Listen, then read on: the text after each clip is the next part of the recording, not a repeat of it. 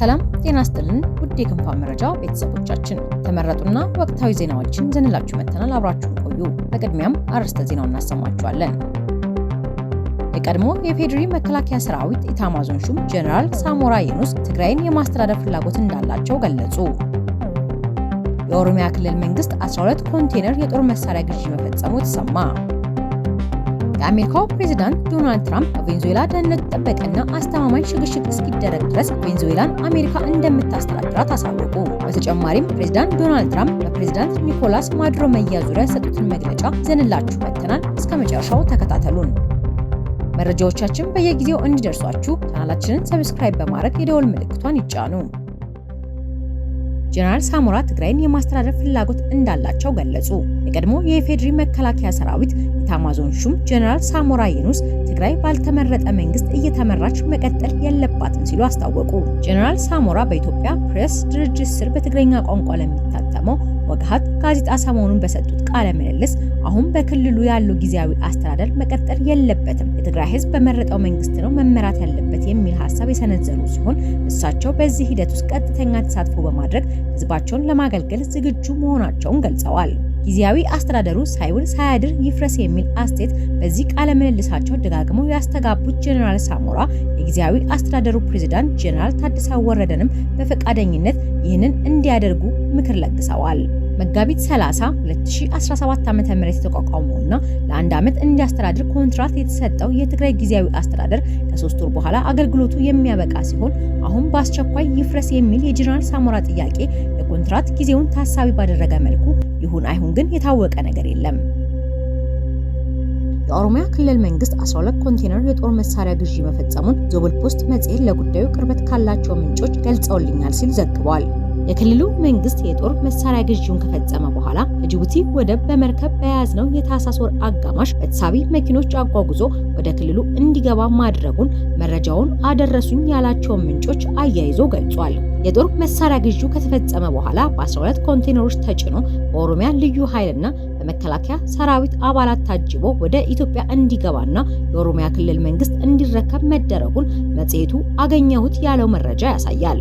የክልሉ መንግስት ከዚህ ቀደም ተመሳሳይ ግዢ መፈጸሙን በማስታወስ ከዚህ በፊት የተገዛው የጦር መሳሪያ ከኢትዮጵያ ጅቡቲ በተዘረጋው የባቡር ሀዲድ በኩል በባቡር ተጉዞ ወደ ኦሮሚያ ክልል እንዲገባ መደረጉን መረጃውን ምንጮቼ ነግረውኛል ሲል አክሎ ገልጿል።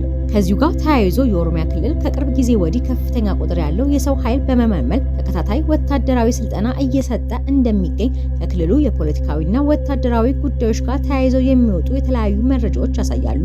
ይህንን ተከትሎ የኦሮሚያ ክልል ከሰሞኑ የተረከበውና ከዚህ ቀደም የፈጸማቸው የጦር መሳሪያ ግዢዎች ዋነኛ ዓላማ በቁጥር እየጨመረ ከመጣው የክልሉ ወታደራዊ ኃይል ጋር ተመጣጣኝ የጦር መሳሪያ አቅርቦት እንዲኖር ለማስቻል ነው ተብሎ ይገመታል።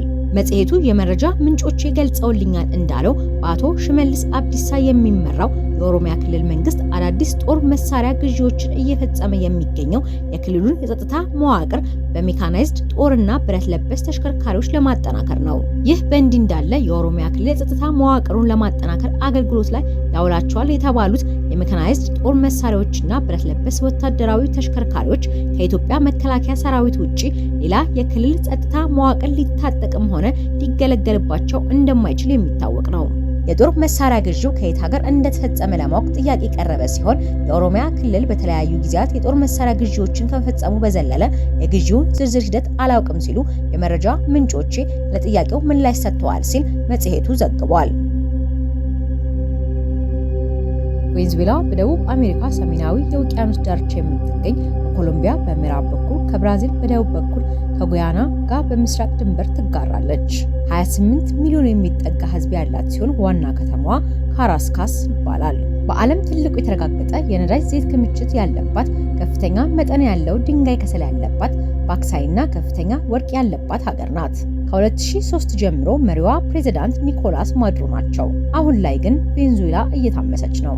አሜሪካ የቬንዙዌላ ፕሬዝዳንትን ኒኮላስ ማዱሮን ዓለም አቀፍ አደገኛ እጽ አዘዋዋሪ ድርጅትን ይመራሉ የሚል ክስ ለረጅም ጊዜ ስታቀርብ ቆይታለች። ፕሬዝዳንቱን በቁጥጥር ስር መዋል የሚያስችል መረጃ ለሚሰጡ ሰዎች የ50 ሚሊዮን ዶላር ጉርሻም አውጥታም ነበር።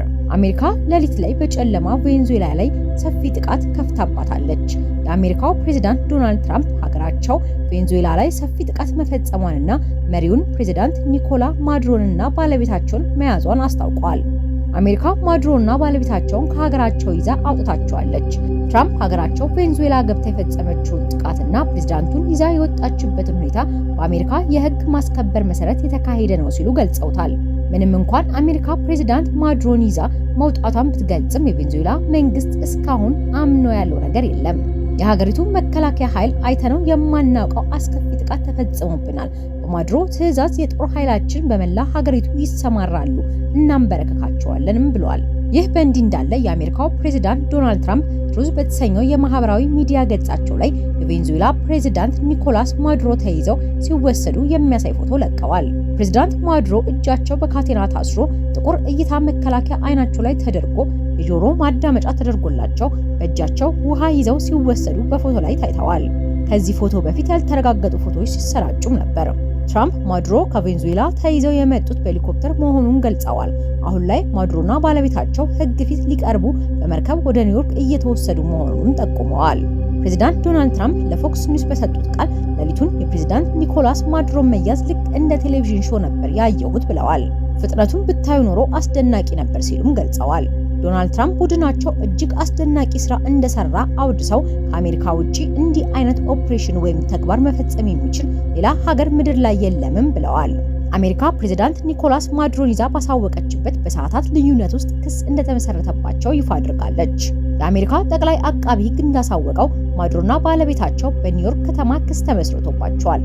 በማዱሮ ላይ የተመሰረቱት ክስም የእጽ ምርት እና ዝውውር ላይ የተያያዘ ሴራ፣ ኮካይን ወደ አሜሪካ የማስገባት ሴራ፣ መትረየሶችንና አውዳሚ መሳሪያዎችን በአሜሪካ ላይ ጥቃት ለመፈጸም ለመያዝ ማሴር የሚሉ ክሶች ቀርበውባቸዋል።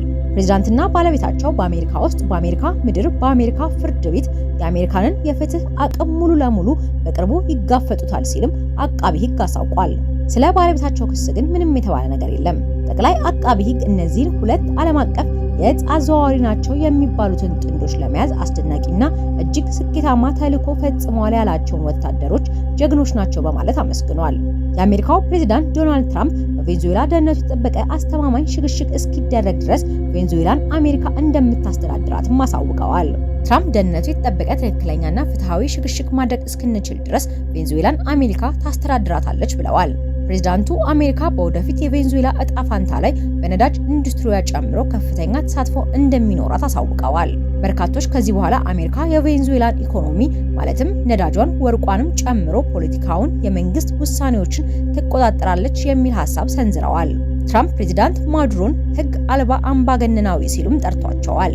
ከአሁኑ ወዲህ አሜሪካና ቬኔዙዌላ በሚኖራቸው ጥሩ ወዳጅነት የቬኔዙዌላ ዜጎች ሀብታም፣ ነፃና ደህንነታቸው የተጠበቀ ይሆናሉ ሲሉም ተናግረዋል። አስፈላጊ ሆኖ ከተገኘ አሜሪካ ከአሁንም የባሰ ሁለተኛ ዙር ጥቃት በቬኔዙዌላ ላይ ልትከፍት እንደምትችልም ይፋ አድርገዋል። በተያያዘ ዜና የዩናይትድ ስቴትስ ፕሬዝዳንት ዶናልድ ትራምፕ በቬኔዙዌላ ከተሰነዘረው ጥቃት ጋር በተያያዘ በሰጡት መግለጫ የአሜሪካን ደህንነትና ጥቅም ለማስከበር ያላቸውን ጽኑ አቋም በድጋሚ አንስተዋል። ፕሬዝዳንቱ ሀገሪቱን እናስተዳድራታለን በማለት በሰጡት ንግግር በውጭ ኃይሎች የሚሰነዘሩ ትንኮሳዎችን እንደማይታገሱና አስተዳደራቸው በማንኛውም ሁኔታ የሀገሪቱን ሰላም የማስጠበቅ ሙሉ አቅም እንዳለው አሳስበዋል።